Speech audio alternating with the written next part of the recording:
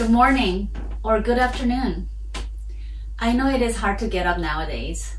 My students tell me it is hard to get up in the morning, but it is also hard to find a reason to change the pattern. So whatever time it is, I hope this is one of the first things that you are doing today, and I thank you for sharing this time with me. My name is Kangwon Kim. I'm a violinist, a teacher, and an administrator in Madison, Wisconsin.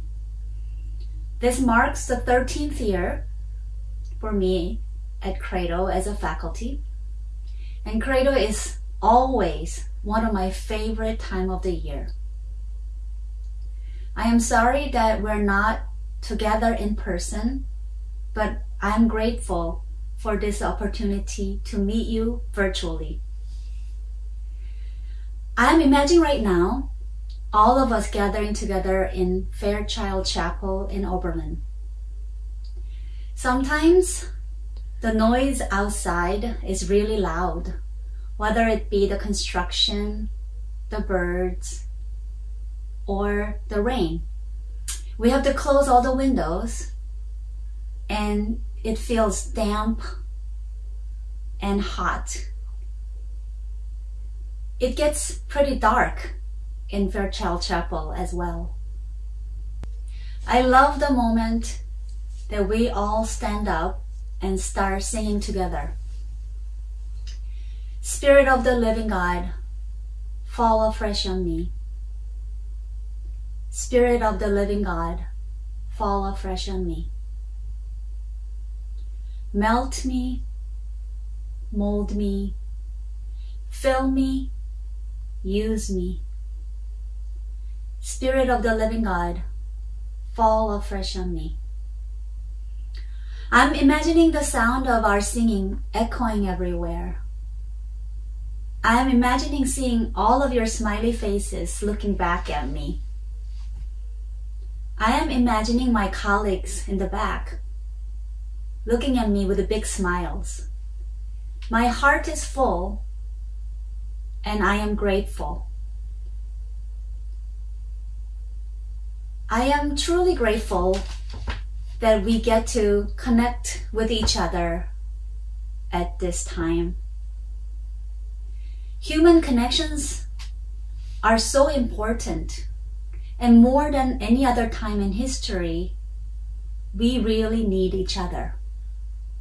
The famous Estonian composer Alvo Pärt said in his recent interview, "Our current situation is paradoxical. On the one hand, it means isolation, and on the other, it brings us closer. While isolating ourselves, we should be able to, we are even forced to, appreciate our relationships in a small circle and to tend to them. All of this we have to learn before we expect or even demand love and justice from the whole world." Welcome to Credo. Welcome to your small circle. We cannot reach out to the whole world, but we can tend to each other in our small circle. I hope that these 2 weeks or 3 weeks that you are involved in Credo, you will be able to connect with others. I hope that you gain a lot of knowledge and get to know many different things about music. But I also hope that you will find a place where you feel you belong.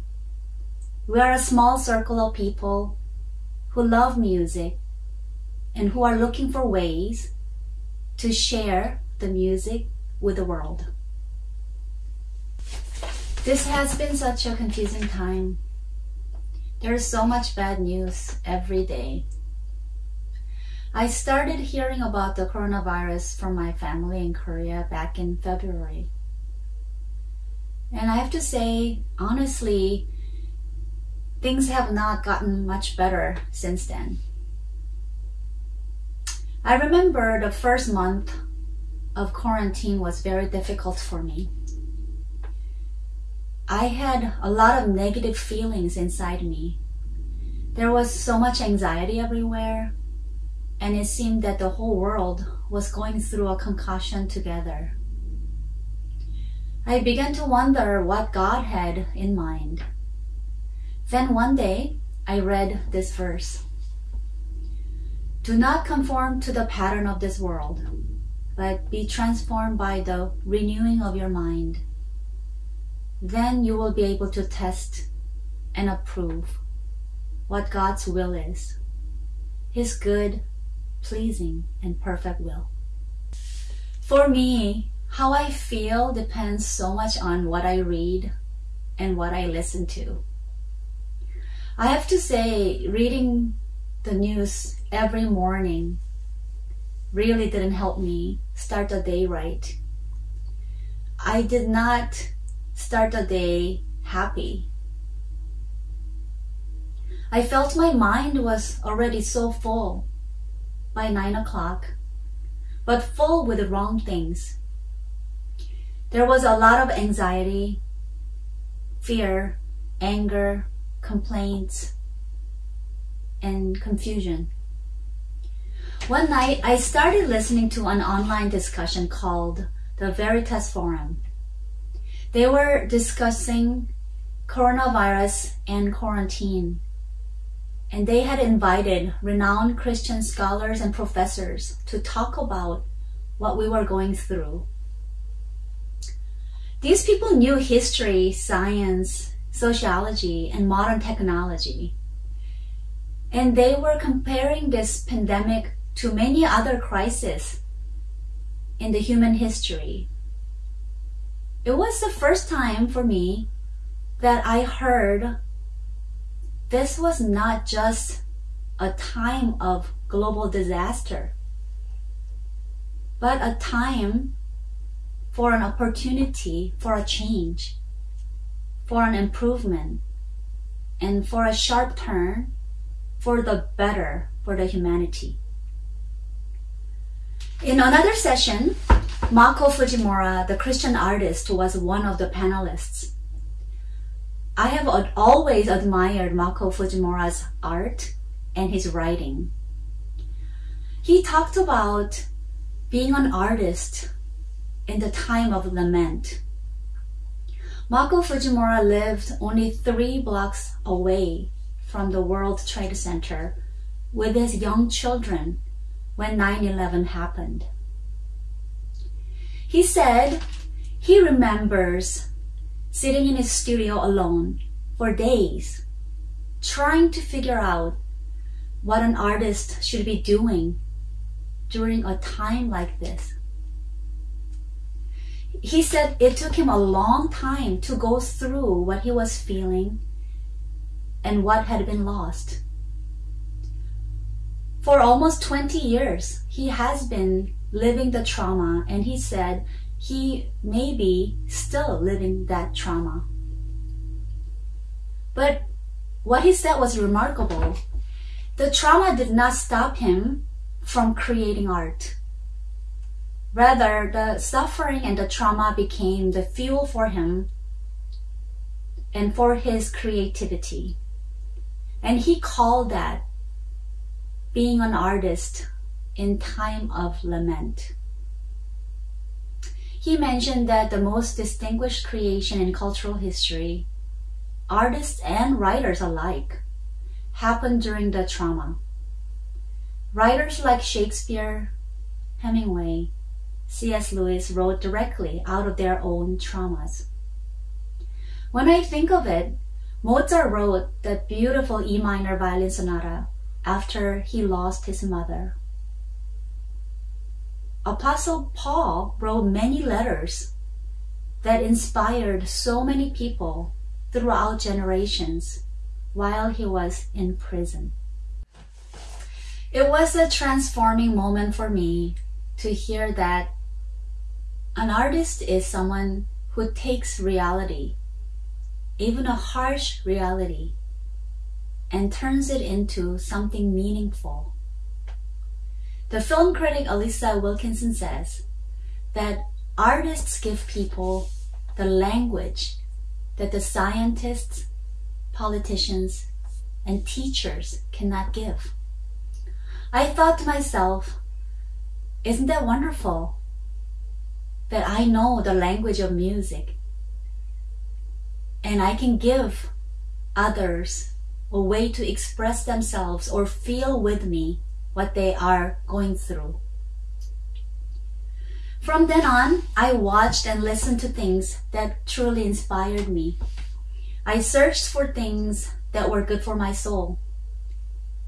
I'm sure some of you watched the series called Some Good News. I cried watching every episode, seeing how the neighbors supported a young cancer survivor, how an old couple sang together even though the window was in the middle and they could not touch each other. I cried seeing neighbors, friends coming together just from afar, supporting the frontline workers. I cried people showing encouragement and kindness to each other again and again. I took many walks and marveled at the beauty of the nature around me. I noticed birds, flowers, rainbows, and the fragrance in the air. The more beauty I experienced, the more grounded I felt. I felt grace growing inside of me. It was God's presence, and I started trusting that everything is going to be okay. Here is another translation of today's verse. Don't become like the people of this world. Instead, change the way you think. Then you will always be able to determine what God really wants, what is good, pleasing, and perfect. We cannot change what is outside, but we can transform what is inside of us. Now I would like to share a hymn with you. It is called "Oh for the Closer Walk with God."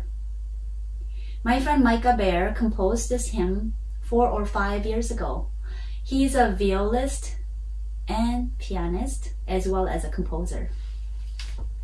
He was gracious enough to meet with me at church while we were social distancing and record this together. He's playing the piano and singing, and I'm playing the violin. I'll share a picture of me recording this at the end.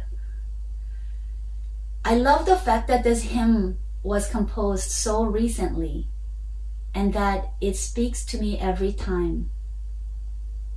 This song reminds me that we can still create beautiful things now and leave marks in history. There is no doubt that this is a difficult time, but we can use this time to transform ourselves. This is the most perfect time to work hard on our music so that we can become better messengers.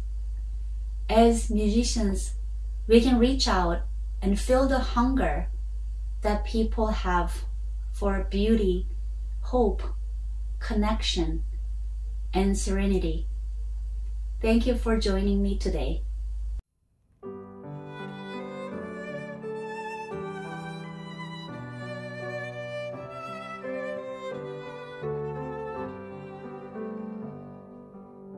Oh, for a closer walk with God, a calm and heavenly frame, a light to shine upon the road that leads me to the Lamb.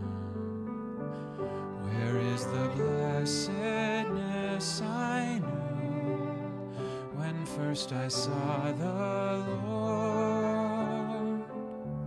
Where is the soul refreshing view of Jesus and His Word.